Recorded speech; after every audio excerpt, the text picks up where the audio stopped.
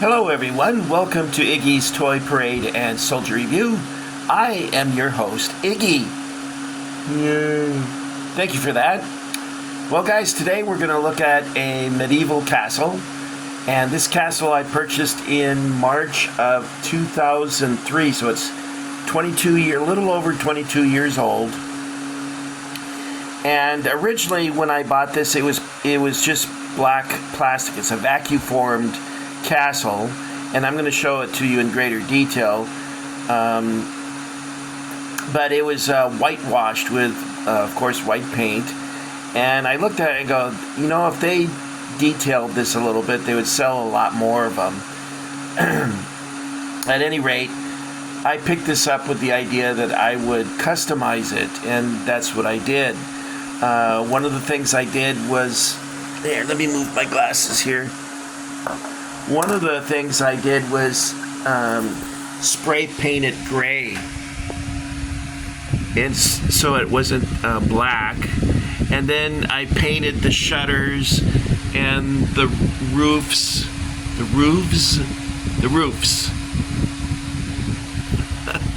I'm not sure how to say that.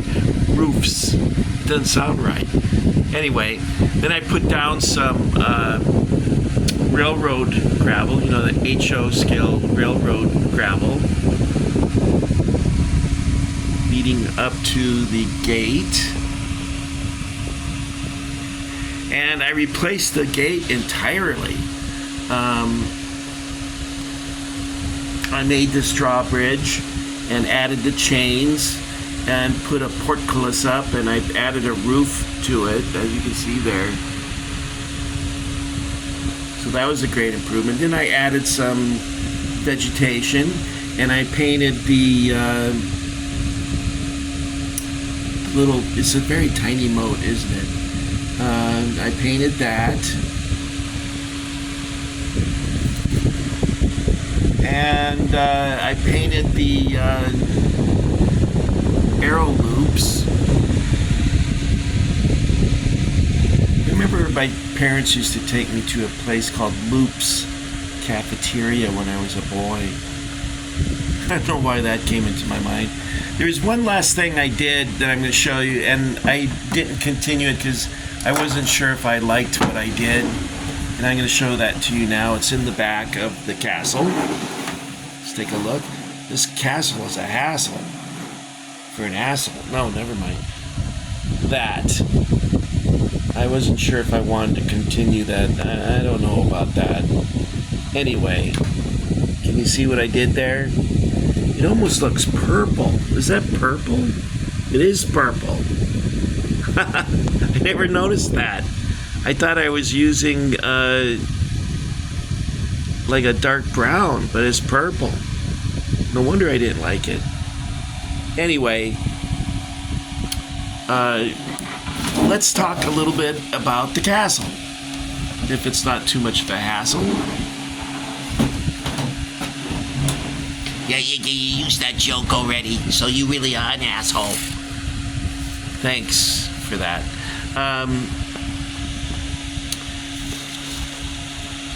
So first up, we'll talk about this.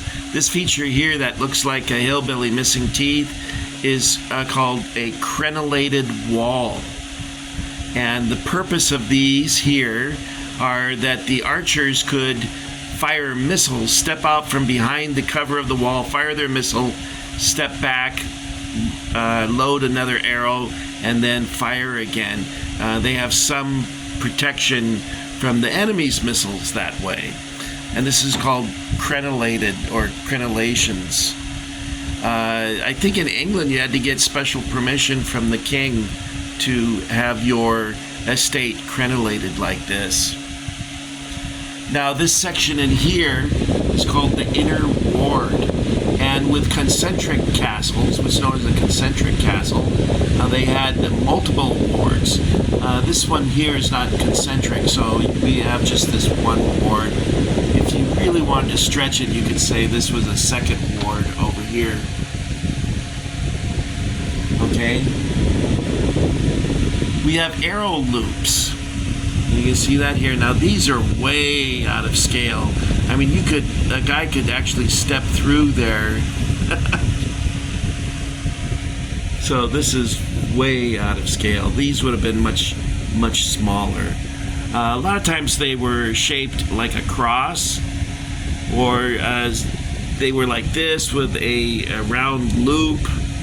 It depends on what year it was.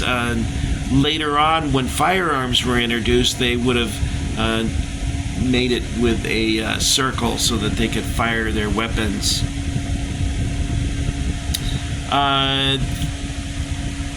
These openings here, they look like they would be weak points, but they had what is known as an embrasure. And that was I guess you would call it like an indentation in the wall that's fortified so that the wall isn't weakened by having this opening here.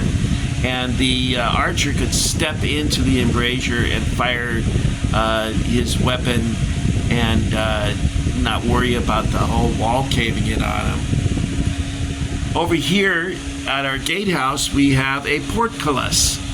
Now the portcullis was usually made of iron. You can see here, I made this out of cardboard, so it's a little different than iron. You've heard of Iron Man. I don't think you've heard of Cardboard Man. That would be an entirely different movie. I made that out of cardboard and then I glued it in there. This original did not have that. I put the drawbridge chains up, and I also created this drawbridge and this roof part. It's kind of out of plumb, as you can see. There's a little crooked. Iggy is not really an engineer, it looks like, or an architect for that matter. Of course, the portcullis served as a protection for the gate. So when they wanted extra defense, they would close their gate, lower the portcullis, or they would lower the portcullis, close the gate, and then the drawbridge would be raised up, and that would give you 3 layers of protection.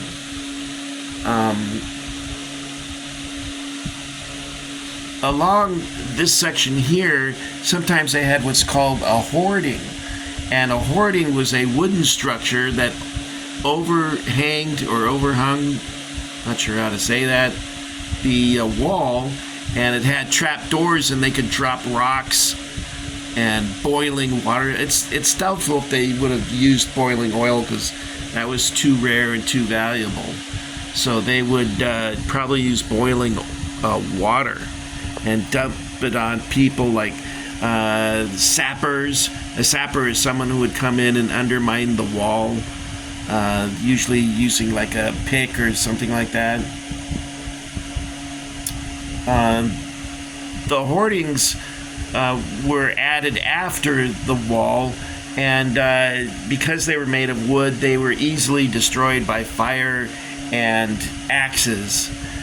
Some castles, if they could afford it, would have a stone hoarding, but in this case, we just don't have any hoardings. Someone out there is hoarding the hoarding. I don't know who's hoarding it. Now, before you got to this wall here, you would have had to bypass a palisade and ditch, and the palisade and ditch would have been out here on my kitchen table. These are my notes that I had to take so I wouldn't forget something.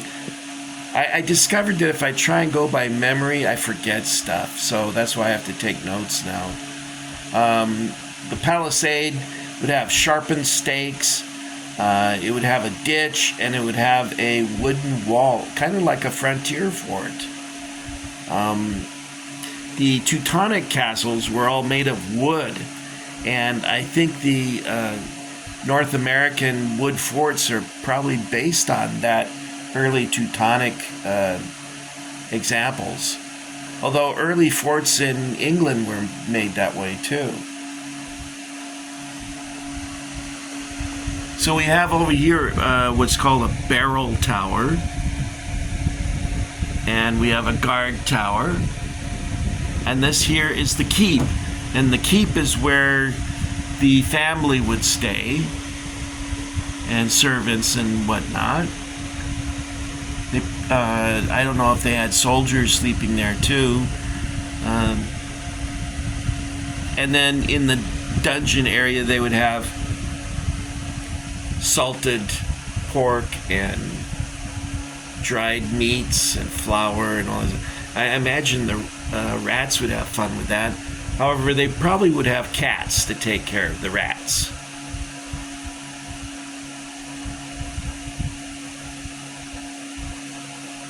In fact, there was a time when people were very superstitious about cats, because cats were, of course, venerated by the Egyptians and would even be buried in mummified form.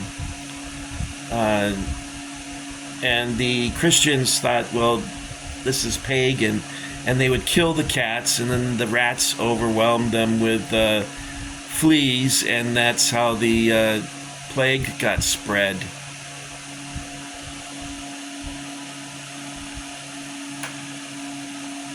Okay, what's next on my little list here? Okay, so how would they attack something like this? Well, in the earlier days, they would use what's called a trebuchet, which is a counterweight, sort of like, it looks like a catapult, but it's got a huge counterweight. And when they release the end with the counterweight, it flips the arm up, which has a sling and a boulder, and it crashes into the wall and causes a lot of damage. Another item they would use is called an onager, and that was very similar to a trebuchet, but without the counterweight. And then what we're familiar with was called a mangonel, and that's like a what we think of as a catapult. Later, they would have something, when gunpowder was introduced to Europe, they would have what is called a bombard. And basically, a bombard was like a giant cast iron bell that they would load up with gunpowder and stick a rock in there, or a boulder, and fire it off and hit the walls with that. Of course, they used battering rams, and they would get a huge log, and on the end of it they would attach a iron sleeve that had a point to it. Sometimes an actual ram's head was made, not a real ram, but you know what I mean, a cast iron ram. And then, God, that would give a ram a headache if they did that. They would bash it, and to cover themselves, they would have a covering on it. I think it was called a matlet. I know a matlet was used to approach the walls so that archers could fire at the defenders and be protected from having their brains bashed out with rocks. And of course, they had siege towers.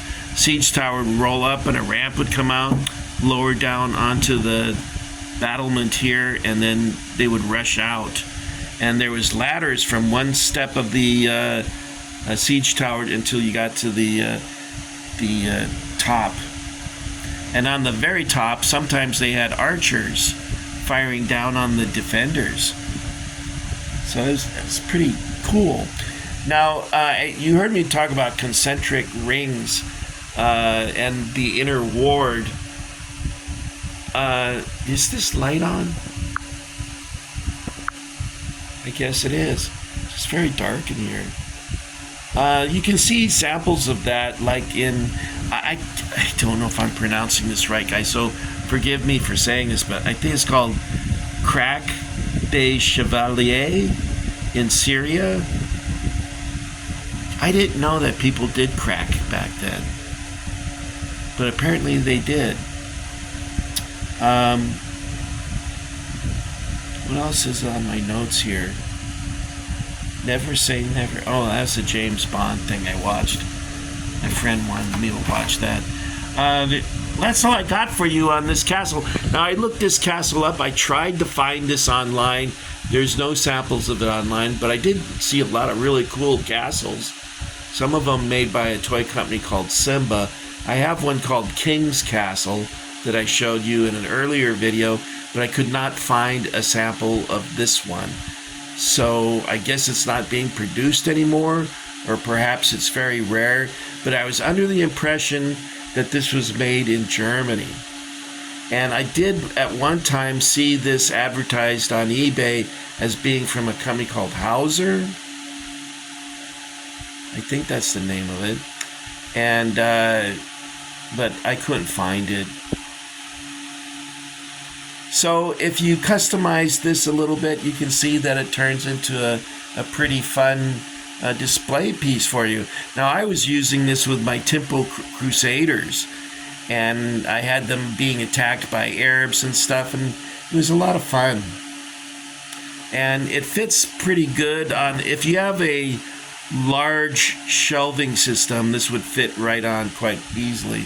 Let me flip it up so you can see how wide it is. Can you see that? I don't think my light is on. Oh, it is, but it's really dark in here.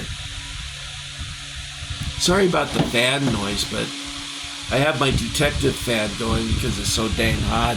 Before I started, this big giant bug ran in front of me and it scared the heck out of me. Anyway, that's all I got for you this time. I want to thank you for coming along. For those of you who have joined the Iggy Army, and for those of you that haven't, it's time to let your finger do the talking and press those buttons.